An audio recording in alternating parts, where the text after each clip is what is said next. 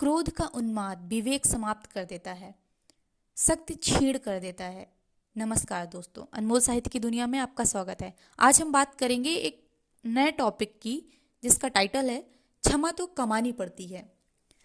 तलवार की धार तीखी होती है, पर क्रोध की धार उससे भी अधिक छीण है।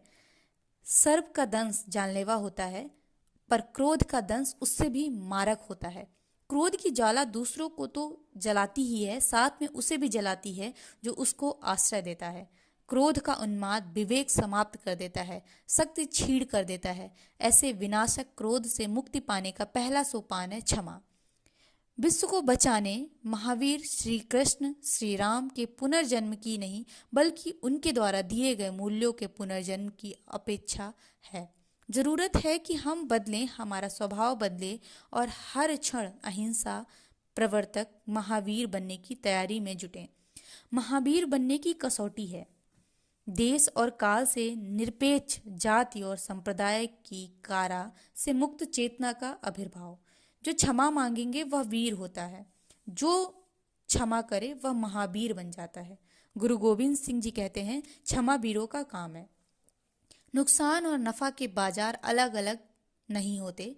जहाँ नफा होता है वहाँ नुकसान की संभावना होती है। उसी प्रकार जो अवसर क्रोध के होते हैं वहीं अवसर क्षमा के होते हैं। सामने वाले के जिस व्यवहार और स्वभाव पर हमें क्रोध आता है, वैसे ही व्यवहार और स्वभाव पर क्षमा की भी जरूरत होती है। जरा जरा सी बातों में मान सम्मान आड़े आकर हमारे अहम भाव की पुष्टि करता है। इसी अहम से भ्रमित हो हम गलतियां कर संबंधों में कटुता उत्पन्न कर लेते हैं। विकारी भाव घुसपैठ कर मानसिक और शारीरिक स्वास्थ्य को असंतुलित कर देते हैं। एक अध्ययन के अनुसार लंबे समय तक मन में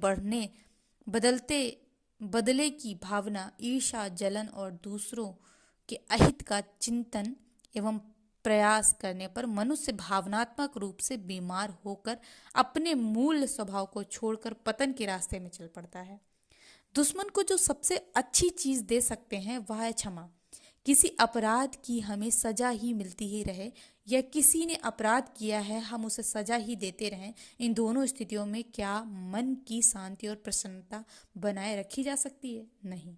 संबंध मधुर बने रहें, तन मन स्वस्थ रहे, इसका एक ही समाधान है कि शुद्ध अंतःकरण से अपने सभी अपकृत्यों की क्षमा मांगने के साथ समस्त जीवों के प्रति वात्सल्य भाव रखते हुए उन्हें भी बिना किसी अगर मगर के क्षमा कर जीवन को सरल बनाएं। स्वामी विवेकानंद जी कहते हैं, तमाम बुराई के बाद भी हम खुद को प्यार करना नहीं छोड़ते, तो फिर दूसरों में कोई बात नापसंद होने पर भी उसे प्यार क्यों नहीं कर सकते। क्षमा अंतःकरण में दया और मानवता की ज्योति आलोकित कर सज्जनता और सौम्यता के रास्ते पर ले जाकर मनमुटाव, दुश्मनी, प्रतिशोध की भावना, घृणा, द्वेष को मिटाते हुए जीवन में प्रेम, स्नेह, वात्सल्य, आत्मीयता की धारा प्रवाहित करती है। प्रकट में तो हम दूसरों को क्षमा कर देते हैं, पर वास्तव में क्षमा की समस्त प्रतिक्रियाएं हम पर ही लागू होती हैं। क्षमा मांगी नहीं जाती, कमानी पड़ती है। जैसे जैसे हम क्षमाशीलता के मार्ग पर अग्रसर होते हैं, उसकी सुखानुभूति के साथ तनाव मुक्त जीवन जीने लगते हैं। क्षमा नफरत का निदान है, पवित्रता का प्रभाव है, नैतिकता का निर्वाह है। क्षमा सद्गुण का संवाद है, अहिंसा का अनुवाद है। क्षमा दिलेरी के दीपक में दया की ज्योति है। मन में विकारों का प्रवेश न हो, इसलिए सिर्फ एक दिन के लिए नहीं, अपितु क्षमा भाव के दीपक को जीवन पर्यंत कभी न बुझने दें। चाहे कितनी भी बार दांत जीव को काटे, वे दोनों साथ रहते हैं और साथ काम करते हैं। यही क्षमा और संबंध की भावना है। धन्यवाद।